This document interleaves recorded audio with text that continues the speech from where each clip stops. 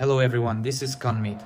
Today I'll show you how I sculpted a Mercedes Geländewagen 6x6 out of modeling clay, and after that I'll take it apart. But let's take it step by step.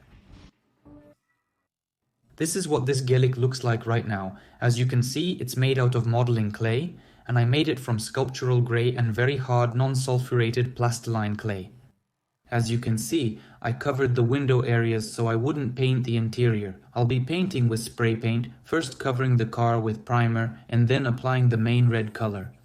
And after all this painting, I refined the model, painted some elements, and here's what I managed to create.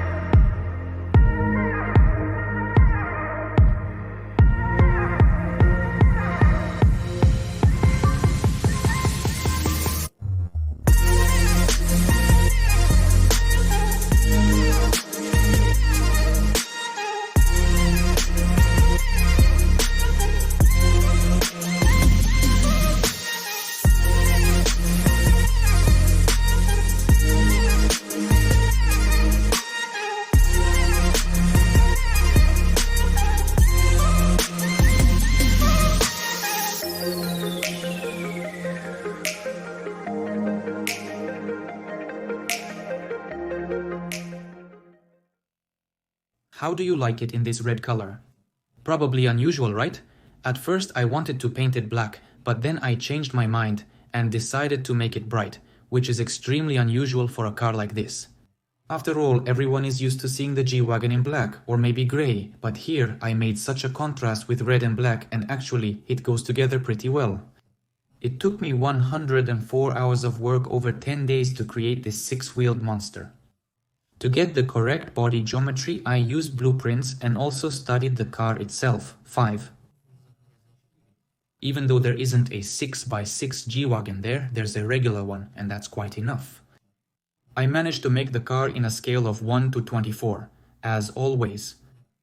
Honestly, I thought I would make it much faster, but it turned out completely different. Even though it wasn't very difficult to make since it doesn't have any complex body shapes, it still took a lot of time. In terms of detailing, the car turned out to be very well worked out. Just the suspension and the underbody alone are worth it. Every element is there and every little detail stands out. I examined this underbody thanks to this video, where the author showed the underbody of this scale model.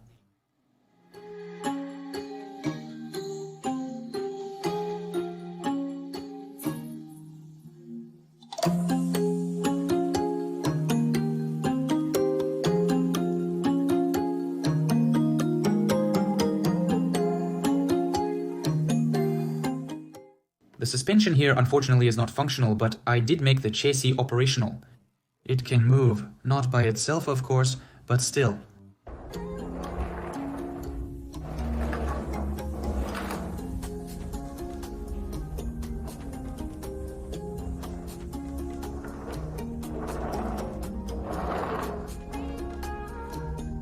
The car's interior is also well highlighted, with all necessary elements present. See for yourself.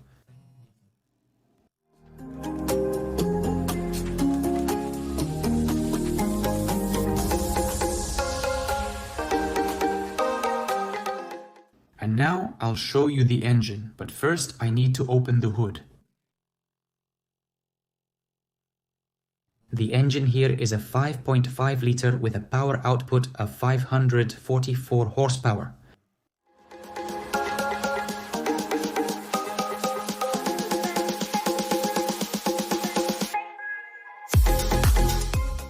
Now let's move on to the saddest part.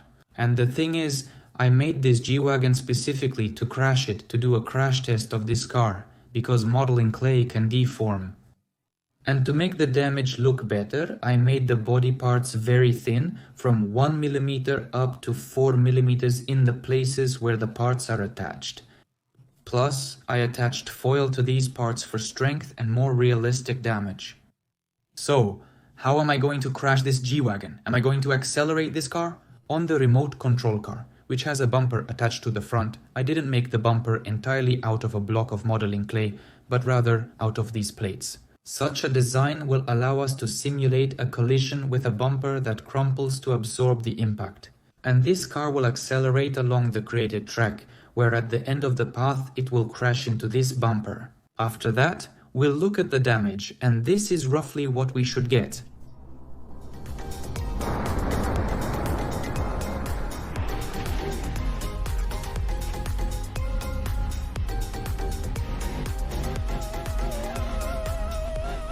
Let's see what comes out of this and how such a bumper will perform. If the damage is minor, I'll replace the bumper with the old one, which is made from a solid block of modeling clay. Well then, let's get started.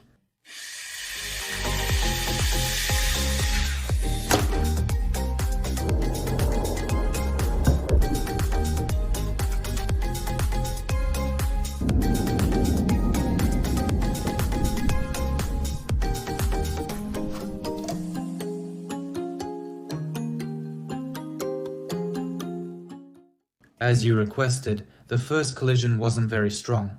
And let's immediately note that this guardrail was mostly deformed in the lower part due to the slightly high construction. That's how the Gallic got its initial damage, and you can immediately see something hanging underneath, indicating an issue with the suspension.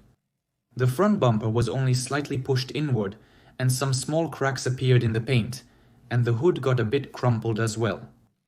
And here's what we have underneath. Only this silver element is slightly bent, but overall everything else here is intact. There are also minor damages at the back. The bumper is slightly bent on the right side and some small cracks have appeared. But from the side you can see that the rear part has become a bit lower because of this collision. So basically these are all the damages from the first impact. Now I'll crash into the front part again, but this time harder.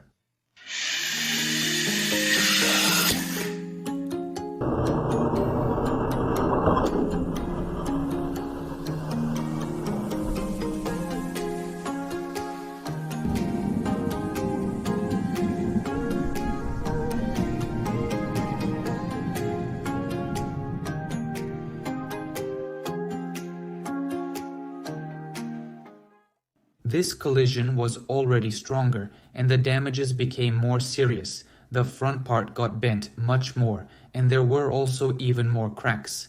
The front wheels are already pointing to the sides. Well, here from the side you can see that the body's already warped. The rear wheels are pointing in different directions. The rear part is much lower than the rest of the main body, and the doors have also bent a little more. And this is the spot where the main force of the impact hit, because the car was still fixed by the rear wall. Here's the right side of the car, nothing too serious here. You can see that the rear wheels are also pointing a bit in different directions. From the back, you can see that the bumper has become pretty flat. It's been pushed right into the body. Here's what happened to the engine. Things got more compact, but there's no serious damage overall.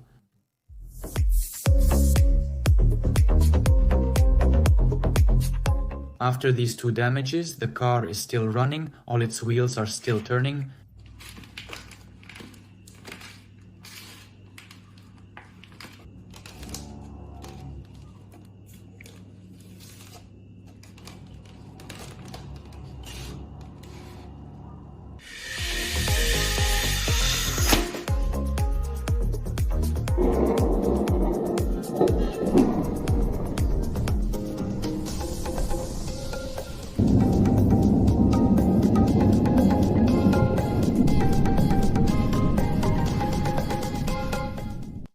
This time, it crashed into the rear, and with each such collision, the car's durability becomes less and less. The plasticine has just cracked together. The impact. Yes, of course, it got really crumpled. Let's see what happened to the bottom there. Well, here the wheels, of course, are already pointing in all different directions. It really got bent, of course. Just look at how much lower the rear part has become. The rear wheels there are probably barely holding on already. And here in the back, it hit right in the center, but the side elements inside the cabin remained straight. By the way, the rear seat shifted forward from such a strong collision, More precisely, they were probably just torn off their mounts. The front part became flatter after this impact. Well, not completely of course, but still. Also, the element above the front fender just bent.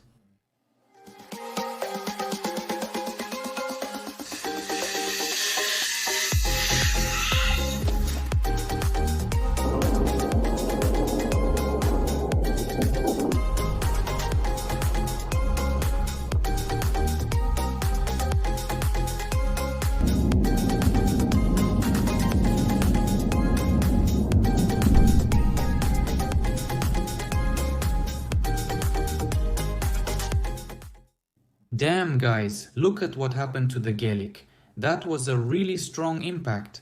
The front part became much flatter, the engine is already crushed, but the wheels are still holding on. It's just crazy. It looks like the Gaelic was hit in the front from both sides.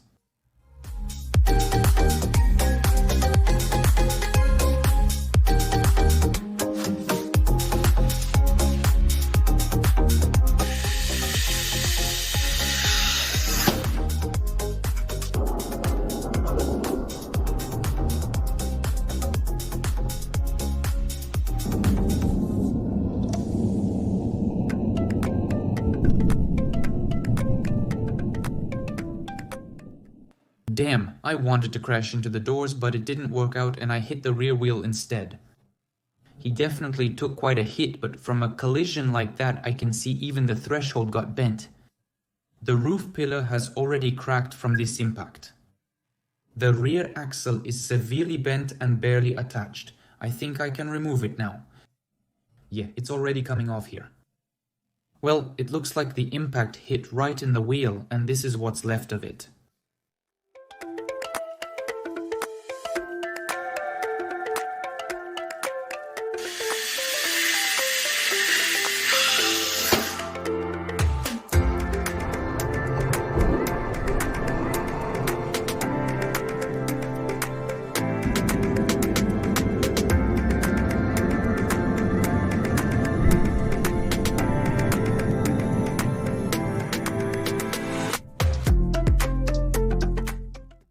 Well, after that hit right in the center of the car, in the door, it already started to fall apart.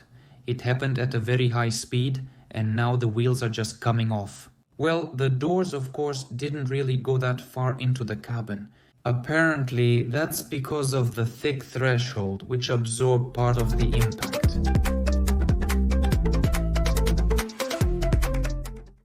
And here's the underbody of the Gaelic after all this damage. Only one rear axle is still in place, and you can see that the car has become much narrower in the middle.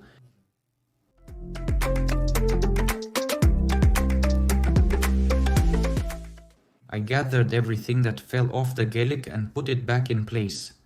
You can see what kind of damage the Gaelic received. You can pause and take a closer look at it in more detail. About the Gaelic, I'll say that it turned out to be pretty sturdy and the crash test was quite epic. There were pretty realistic dents and also cracks in the paint. All of this adds more realism and authenticity, doesn't it? Now I've already started showing you the process of creating this Gaelic. Enjoy watching.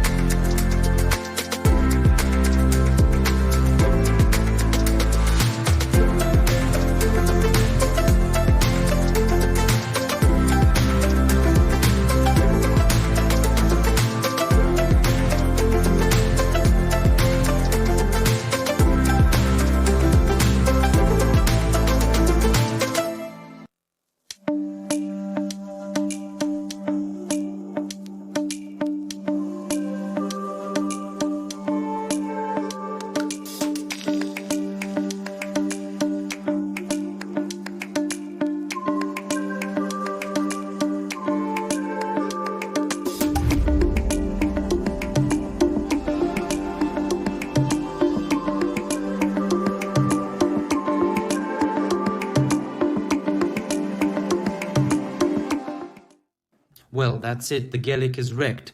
Now it's going to the shelf of wrecked plasticine cars. I hope you enjoyed this video. If you did, give it a like and subscribe to the channel if you're here for the first time and you're interested in my plasticine creations. Thanks for watching, goodbye everyone.